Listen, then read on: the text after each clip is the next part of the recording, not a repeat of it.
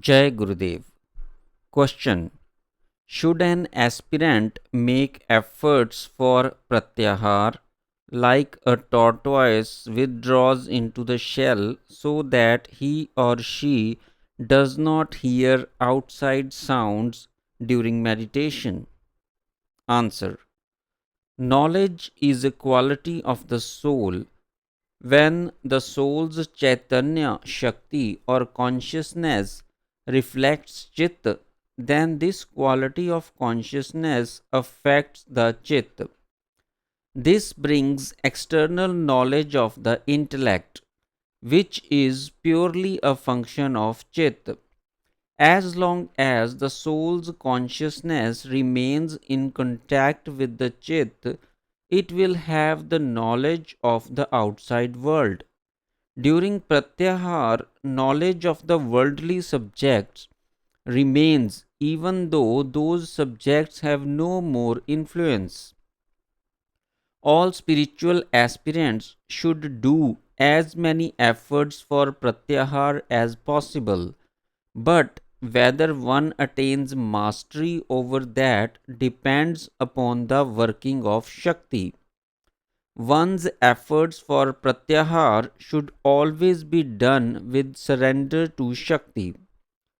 Do not expect that after pratyahar is attained, outside noises will not be heard. Noises will be heard, but the chitta will not be affected by them and becomes restless. Outside awareness can be lost in two ways. First, during Kriya's, impressions of an object of one pointedness arises spontaneously. When the mind is fully focused on that, external awareness can be lost.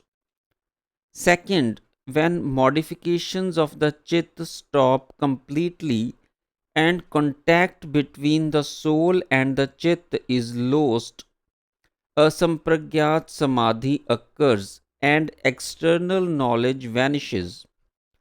The instrument of external knowledge is chit, which is gross. When it loses contact with Shakti, the chit does not receive any power for its activities. The working of chit stops and external awareness is dissolved. Question: what does it mean in terms of spiritual progress to have the same Kriya in meditation for many years? Answer: as it has been explained, Kriyas occur based on one's impressions. If one has only a few impressions of a certain type, Kriyas pertaining to them will happen for one day and be gone the next day. If one has an enormous amount of similar impressions, Kriyas pertaining to them will continue for many years. One thing is certain: Kriyas cause the purification of the Chit. So the sadhak should not be concerned with whether the same Kriyas repeat or change. He should only assure that progress and purification are occurring. Question: a jnani enjoys the bliss of samadhi while walking and working, whereas a yogi must stop all the modifications of mind and be in the state of samadhi to enjoy that bliss. Considering this, isn't a jnani the best? Answer: the awakened samadhi of a jnani is definitely superior, but the state of awakened samadhi is attained after meditative samadhi. First, by following the path of yoga, when all the modifications of mind stop, the state of samadhi is attained. Then the chitta is purified, intellect based on the truth instead of impressions arises, and steadiness in the self is attained. When the events of the world no longer affect the mind and everywhere the presence of pure consciousness is experienced, samadhi in the awakened state is attained. The bliss that is experienced during samadhi is present and experienced in the awakened state as well. Yoga Darshan describes 7 states of intellect. The samadhi state is only the fourth stage. 3 remaining stages are subsequent to samadhi. Sadhana is required only up to samadhi. After the fourth state of samadhi, no sadhana is necessary. Surrender is the only path from then on. Question: what is the relationship between the rising of Kundalini from Mooladhara to Sahasrarth and self-realization? Answer: the awakening of Kundalini and its journey from Mooladhara to Sahasrar occurs only for the purpose of self-realization. This journey destroys impressions, ends vasanas or tendencies, and removes the veil of Maya. According to the scriptures, there is no difference between the individual soul and God. The sense that they are separate exists because of Maya, ego, impressions, and impurities. Shakti moves upwards and removes all the obstacles along the way.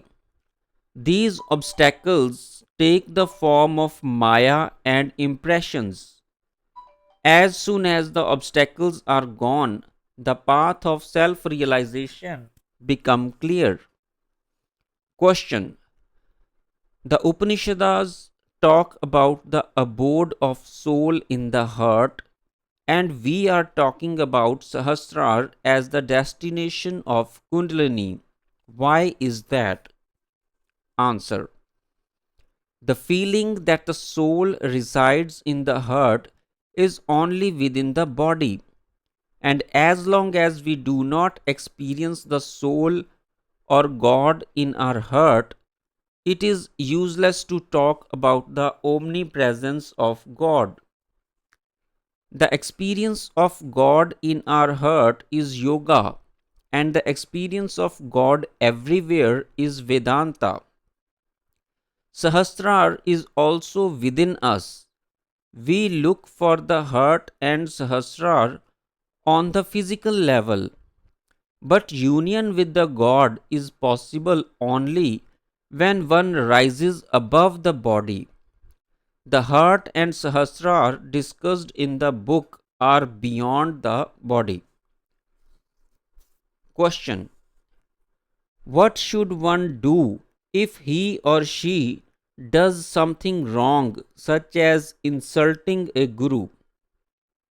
Answer: first of all, one must make a firm resolve not to repeat the same mistake ever again. Repent over whatever has happened. Decide punishment for that mistake and go through that punishment. For example, do jap for a certain length of time, observe fasts, pray, etc. Question: is all grace earned from the past good karma, or is there any special kind of grace given for something other than action? Answer: grace is primarily determined by past karma, but during human life there is also freedom for new karma. Humans are free to take kriyaman action. If a person gives control of his mind to his intellect and performs good actions, then grace can come on the basis of new good karma. Question: Some books say that siddhis are obstacles. Please explain. Answer. In the samadhi state, there are no siddhis. The siddhis that show miracles are a part of the gross world.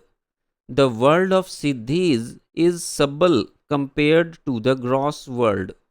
A spiritual aspirant can become attached to the siddhis. If the gross world has enough power to make one fall into the trap of attachment, how much power would the subtle siddhis have? Once attachment develops, the fall of the aspirant is absolutely certain. Therefore, siddhis are considered obstacles in the path of spiritual progress. Question. What are yamas and niyamas? Answer. Yamas and niyamas are mentioned in many places in the scriptures.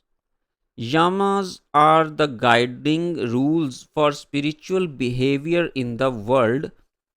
To live in the concert with the yamas, one must control oneself according to some additional rules which are niyamas. Question. If the Guru leaves the body before the disciple progresses fully, what would happen to the incomplete sadhana? Does the Guru keep helping the disciple and the awakened Shakti remain until the disciple reaches the ultimate goal? Answer. Even if Guru's body may have dissolved, the Guru's Shakti does not cease to exist. It is eternal, without birth or death, and beyond depletion. Therefore, once the Gurudev awakens the Guru Shakti within the disciple, irrespective of whether the Gurudev is in the body or not, the Guru Shakti continues to work toward the disciple's progress. It is also essential that this faith matures within the disciple as well. If it does not, the disciple will feel the separation of the Guru in body and will be deprived of the infinite, eternal, omniscient grace of the Guru Tattva. This may slow down his spiritual progress. Therefore, a disciple should never let his mind become troubled with the thought of separation from the physical Guru. If the disciple continuously maintain faith in the Guru, sadhana and Shakti, then Kundalini Shakti will remain actively busy and the disciple will make progress. If the aspirant leaves the body before attaining the ultimate goal, then the Kundalini will awaken in the next birth and will lead the soul to the highest spiritual stages. Therefore, a spiritual aspirant needs to maintain full faith in the Shakti, a steady sense of surrender to the Shakti, and keep doing his sadhana without apprehension. Jai Gurudev.